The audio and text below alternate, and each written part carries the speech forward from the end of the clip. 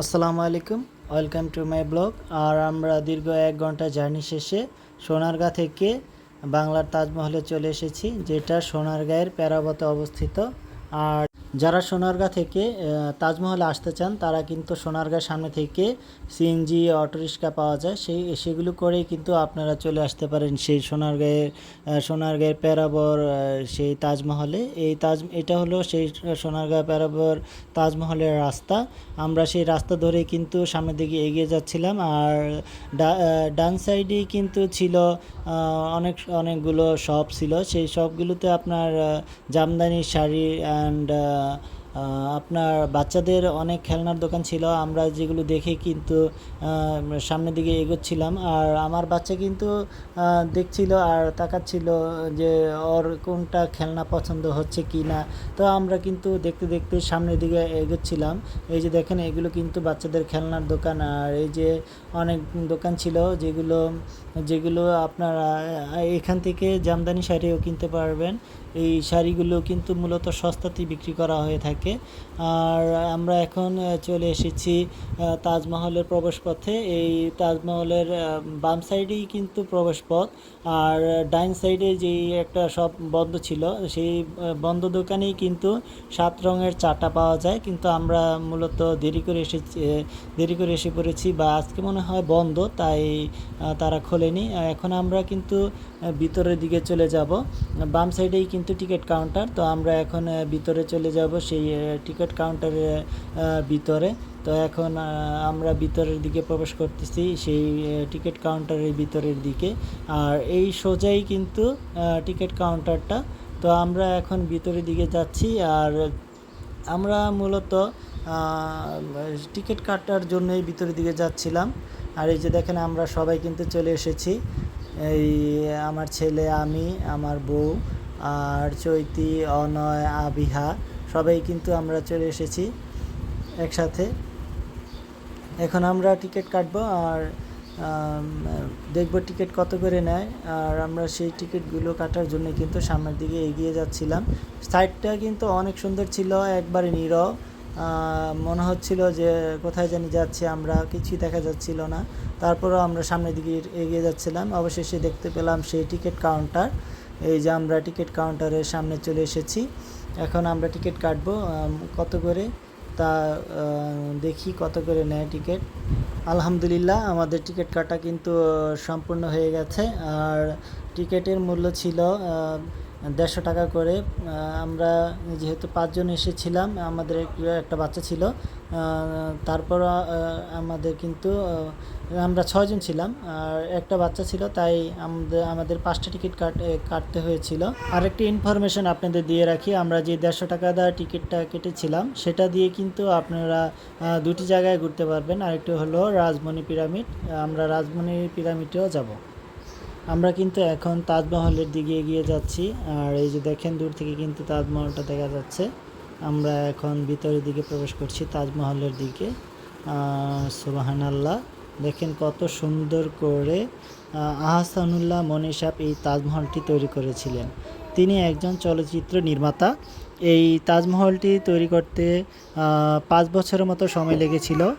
আর 50 লক্ষ টাকার মতো ব্যয় হয়েছে এই তাজমহলটি তৈরি করতে। এই তাজমহলটি কিন্তু আগ্রার যে তাজমহলটি আছে ইন্ডিয়াতে, সেই ইন্ডিয়ার তাজমহলটির অনুকরণ করা হয়েছে এই তাজমহলটি।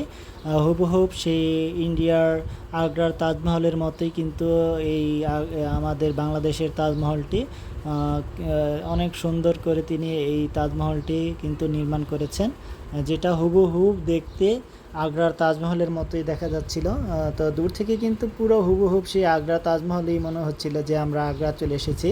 তো যারা আপনারা আসতে চান তো অবশ্যই চলে আসেন।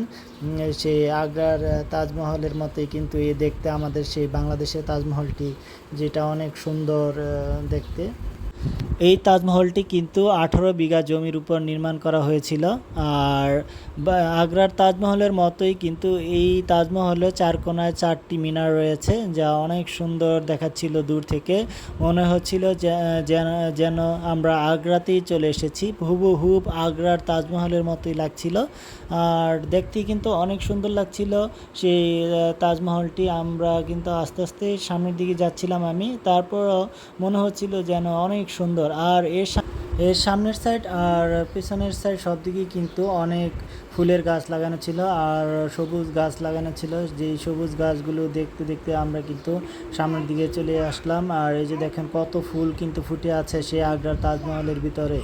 আর আমরা কিন্তু মনে হচ্ছিল যেন আগ্রাতেই চলে এসেছি। আগ্রার মতোই কিন্তু পরিবেশটা অনেক সুন্দর ছিল। তাজমহলের ভিতরের সাইডটা কিন্তু অনেক সুন্দর।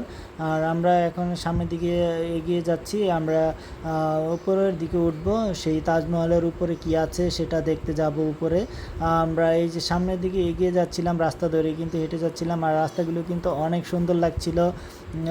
চারো সাইডেই কিন্তু ফুলের বাগান আর সবুজ সবুজ ইয়েলো কালার অনেকগুলো আপনার গাছ লাগিয়েছিল। সেইখান দিয়ে আমরা কিন্তু সামনের দিকে এগিয়ে যাচ্ছিলাম। অনেক সুন্দর সেই পরিবেশটা ছিল। এই যে দেখেন এটা হলো পিছনের সাইড। এই প্রবেশ পথ দিয়ে কিন্তু আমরা ভিতরের দিকে এগিয়ে এসেছিলাম। আর এটাই ছিল সেই পানির ফোয়ারা। এই ফোয়ারা কিন্তু ঝর্ণা ঝর্ণা বলা হয়। এটাতে কিন্তু পানি পড়ছিল, অনেক সুন্দর লাগছিল সেই পরিবেশটা। এখন আমরা যাব উপরের সাইডে, দেখব যে উপরের সাইডে কি আছে আর সেখানে সেখানে কেমন লাগে, সামনে থেকে তাজমহলটি দেখতে কেমন লাগে সেটি দেখার জন্যই কিন্তু আমরা উপরের দিকে উঠতে যাচ্ছিলাম। এখন আমরা উপর দিকে চলে যাব। চলো আমরা এখন উপরের দিকে চলে যাচ্ছি। এই যে আমরা এখন উপরের দিকে উঠতেছি। এটা হলো উপরে ওঠার প্রবেশ যে রাস্তা। আমরা এখন উপরে চলে এসেছি। তাজমহলের অভ্যন্তর কিন্তু টাইলস ও পাথর দিয়ে নির্মাণ করা হয়েছে। এখানে সাধারণত সাদা কালার যে টাইলসগুলো আছে সেগুলো ব্যবহার করা হয়েছে অনেক সুন্দর করে। কিন্তু এই যে আমার বেবিটা কিন্তু দেখেন একা একা হেঁটে হেঁটে চলে যাচ্ছিল। আর কেউ এনজয় করুক বা না করুক, ও কিন্তু অনেক এনজয় করছিল। ও কিন্তু উঠে অনেক ভালো লাগছিল। ও তো হাঁটছিল আর দুষ্টুমি করছিল, অনেক ভালো লাগছিল। আর ঘোরাঘুরি দেখে আমরাও কিন্তু মজা পাচ্ছিলাম। এই যে সেই আগ্রার সেই তাজমহল, সেটা অনেক সুন্দর। আমরা কিন্তু দেখছিলাম সেই তাজমহলটি অনেক সুন্দর লাগছিল। আমরা এখন ভিতরের দিকে আমরা দেখব, সামনাসামনি গিয়ে তাজমহলটি এই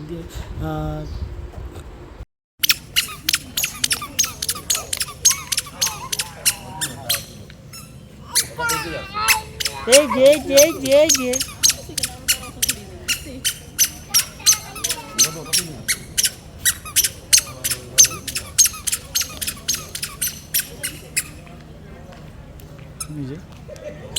উঠে যাচ্ছে তাজমহলের উপরে।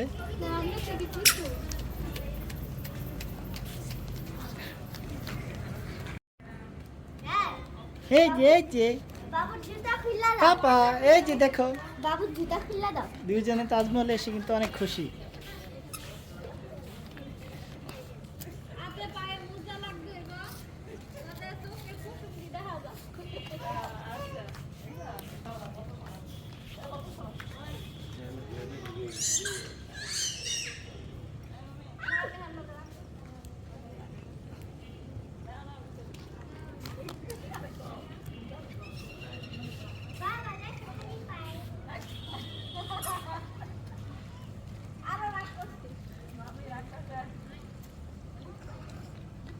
ঘুরান দাও।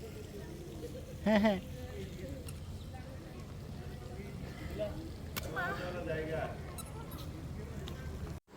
এই তাজমহলের ভিতরে কিন্তু আহসানুল্লাহ মনিসাব এবং তার ওয়াইফ রাজিয়া বেগমের জন্য কিন্তু সমাধি করার জন্য জায়গা রাখা হয়েছে। এবং আপনার সাইডে দর্শনার্থীদের জন্য বসার প্লেস করা হয়েছে সুন্দর করে। আর পুরো তাজমহলের আশেপাশেই কিন্তু বড় বড় ফুলের গাছ লাগানো হয়েছে, যেখান থেকে ফুল কিন্তু সরাসরি তাজমহলের উপরের সাইডে ভিতর সাইডে পড়ে। আর এই যে দেখেন, তাজমহলের সামনেই কিন্তু একটা সুন্দর পানির ফোয়ারা তৈরি করেছে। এই পানির ফোয়ারাটা কিন্তু অল টাইম পানি পড়তে থাকে, সুন্দর লাগছিল, অনেক সুন্দর লাগছিল মাশাল্লাহ। আমরা কিন্তু তাজমহলের ভিতরেই এখন দাঁড়িয়ে আছি, আর অনেক ভাল লাগছিল। কিন্তু ওয়েদারটা কিন্তু অনেক হট ছিল, তারপরও কিন্তু আমাদের ভাল লাগছিল সেখানে ঘুরতে আসতে। এখানে আসলেই কিন্তু সবারই মন ভালো হয়ে যায়, অনেক সুন্দর সেই তাজমহলের অপরূপ সৌন্দর্য। আমরা কিন্তু ঘুরে ঘুরে চারদিকই দেখছিলাম, যে অনেক সুন্দর লাগছিল। পুরো চার সাইডেই কিন্তু আপনার একই রকম দেখতে। যেদিকেই যাবেন মনে হবে যেন আপনি সামনে তাজমহলের সামনেই দাঁড়িয়ে আছেন।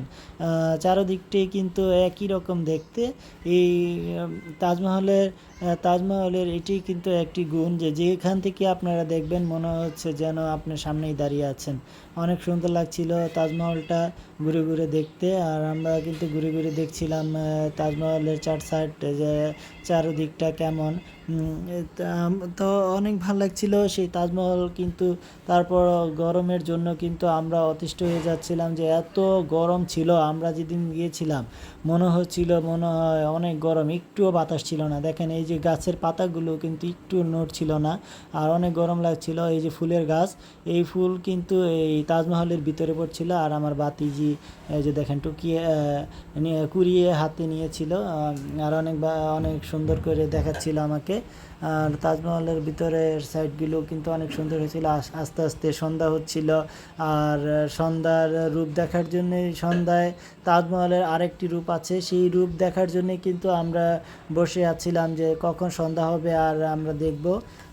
একটু পরে সন্ধ্যার রূপটাও কিন্তু অনেক সুন্দর ছিল। তাজমহলের ভিতরে লাইটিং করা ছিল, অনেক সুন্দর লাগতেছিল। তো সন্ধ্যার সময় কিন্তু তাজমহলটা অনেক সুন্দর লাগতেছিল। এই যে দেখেন সন্ধ্যার সময়